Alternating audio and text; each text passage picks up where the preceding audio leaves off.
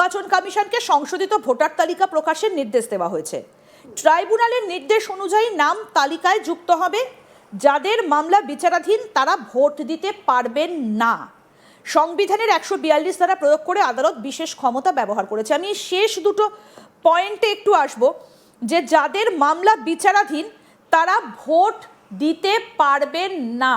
আমি এটা একটু জানতে চাইবো যে একদিকে জয়মাল্য বাগচি বলছেন যে একবার যদি কেউ ভোট না দেয় তাহলে তার ভোটাধিকার চলে যায় না, একবার যদি না দিতে পারে। আবার আদালত তারপরই বলেছে যে এটা অত্যন্ত আবেগের সঙ্গে দেখার বিষয়, অত্যন্ত গুরুত্বপূর্ণ যে একজন যাদের ভোটার বা একজন নাগরিক যার ভোট দিতে পারবেন যিনি, তার কেন তিনি ভোট দিতে পারবেন না, একজনকে বাইরে রেখেও ভোট হবে না। আবার বলা হচ্ছে যাদের মামলা বিচারাধীন তারা ভোট দিতে পারবেন না। এই কথাগুলোর মানেটা কি দাঁড়াচ্ছে? প্রত্যেকটা কন্ট্রাডিক্টরি। আমরা যারা আইনের ছাত্র তারা ওই ন্যাচারাল জাস্টিস, সংবিধান এবং আমার হিউম্যান রাইটস এই সমস্ত নিয়ে না প্রশ্ন করি, কথা তুলি, এগুলো সরিয়ে রাখছি। খুব সাধারণ ইয়েতে দেখুন, এই দুটো কথা কিন্তু একটু স্ববিরোধী মনে হচ্ছে। এক হচ্ছে ভোটিং রাইট কতটা গুরুত্বপূর্ণ, সেটা সুপ্রিম কোর্ট বলছে যে হ্যাঁ প্রচন্ড গুরুত্বপূর্ণ। আবার সঙ্গে এটাও বলা হচ্ছে যে যাদের নাম ছিল বাদ গেছে। আচ্ছা, এখানে কিন্তু ওই প্রশ্নটাও খুব গুরুত্বপূর্ণ যে নতুন করে তুলতে গেছে, তার তোলা হচ্ছে না, তা সে এইবারে উঠবে না, পরে ভোট দেবে, এটা কিন্তু একটা পার্ট। আর একটা পার্ট যাদের ভোটার লিস্টে নাম ছিল, এটা মেজরিটি হচ্ছে এবং সবই ভোটার লিস্টে নাম ছিল, স্বাভাবিক তারা এবারে ভোট না দিলে পরের বারে ভোট দেবে। আবার পরক্ষণে 21 তারিখ পর্যন্ত যাদের নাম উঠে যাবে তারা ভোট দিতে পারবে। এবং ভোট না দেওয়াটা আবেগের বিষয় এবং গণতান্ত্রিক অধিকার লঙ্ঘনের বিষয়, এইগুলো কিন্তু সবই কিন্তু একটু স্ববিরোধী। এবং স্ববিরোধী মানে আমি এটা বলতে চাইছি, আমি নিজেও কিন্তু একটু কনফিউজ যে সামনের দিনে কি হবে। সুপ্রিম কোর্ট কিন্তু যেদিন এসআইআর প্রসেস শুরু করেছিল না, আমার মনে হয় সেদিন থেকেই একটু আন্দাজ আমরাও করতে শুরু করি যে এই কাজটা কিন্তু এত দ্রুত মানে নির্ভুল ভাবে করা সম্ভব হবে না। এবং নির্ভুলের পরিমাপটা যদি খুব কম বেশি হতো, ভুলের পরিমাপটা কম হতো, তাহলেও কিন্তু এইভাবে বক্তব্যগুলো হতো না বা আপনাকেও প্রোগ্রাম হয়তো করতে হতো না। কিন্তু ভুলের পরিমাণটা 27 লক্ষ যদি হয়ে যায় তাহলে কিন্তু সেটা বেশ বড়। এবং সবাই আমরা আন্দাজ করেছিলাম, সুপ্রিম কোর্টও আন্দাজ করেছিল। বাট এখন সুপ্রিম কোর্ট চেষ্টা করছে, এটা তো কথা থেকে মনে হচ্ছে, কিন্তু সুপ্রিম কোর্ট চেষ্টা করতে গিয়ে যদি সফল না হয় তাহলে কিন্তু নর্মাল ভোটারদের বা সিটিজেনদের কিন্তু বেশ আশাহত হতে হবে। যেটা সুপ্রিম কোর্টের উপরে কিন্তু সবাই আশা করে বসে আছে, যে সুপ্রিম কোর্ট যখন বসে আছে আমাদের কারোর কোনো অধিকারে 1 ইঞ্চিও লঙ্ঘন ঘটবে না। এই যে আশাটা, এই যে ভরসাটা সুপ্রিম কোর্টের উপরে, এখন কতটা সুপ্রিম কোর্ট রাখতে পারে এই 24 ঘন্টার মধ্যে, কারণ ওই কথা থেকে তো আর বেরিয়ে আসা যাবে না। 21 তারিখের মধ্যে যতজন হবে, যতজনের সংখ্যাটা যত বাড়বে ততটা কিন্তু সুপ্রিম কোর্টের উপর মানুষের আশা ভরসা তৈরি হবে। যে আবেদনকারীদের ট্রাইব্যুনালে ঢুকতে দেওয়া হয়নি, একদিকে বলা হচ্ছে যে সশরীরে হাজির থাকতে হবে, শুধুমাত্র কাগজপত্র জমা দিলেই হবে না, আবার অন্যদিকে আবেদনকারীদের ঢুকতে দেওয়া হয়নি বলে অভিযোগ উঠছে।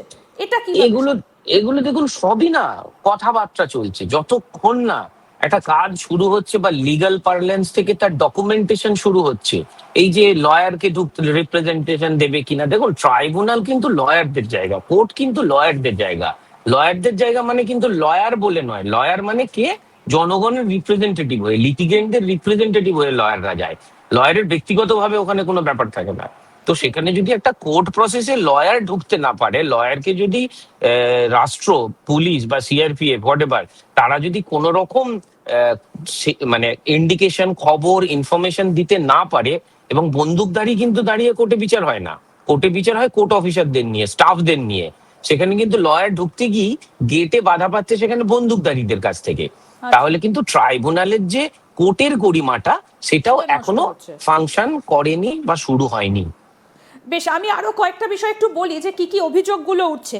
105 জনের পক্ষ থেকে পিটিশন দায়ের করা হয়েছে যে তাদের আবেদন ট্রাইব্যুনালে শোনা হয়নি।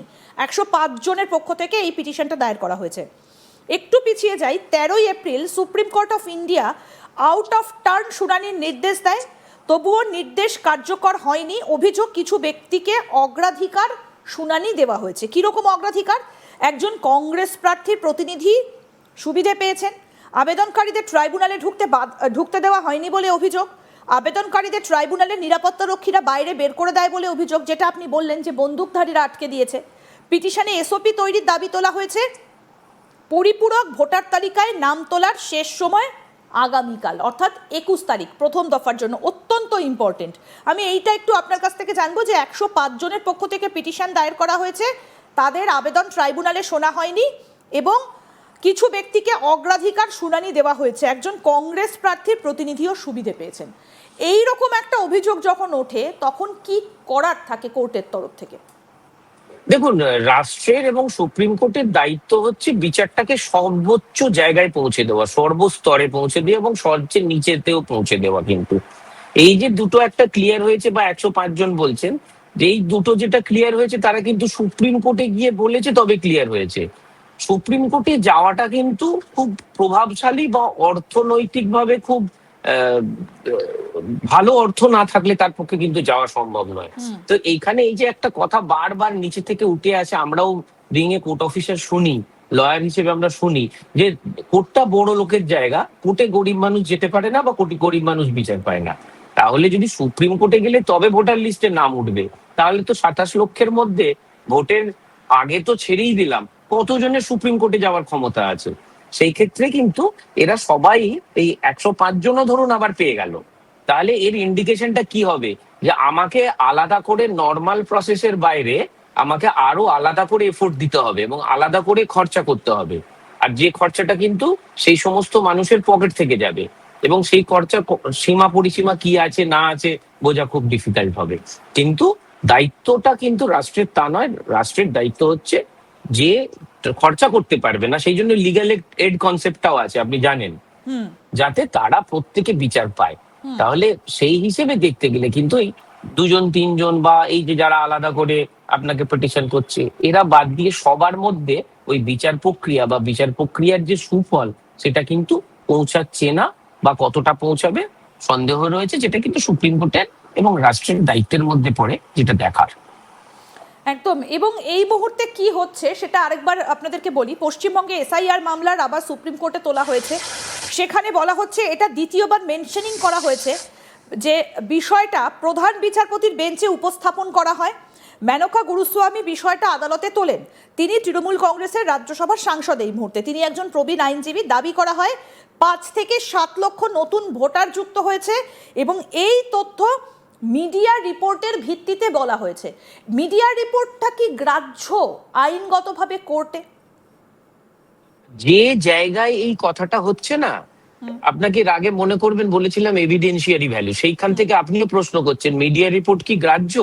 কিন্তু এই সমস্ত চর্চাটা হচ্ছে এমন একটা জায়গায় সুপ্রিম কোর্টে, যেখানে ওই ইনহেরেন্ট পাওয়ার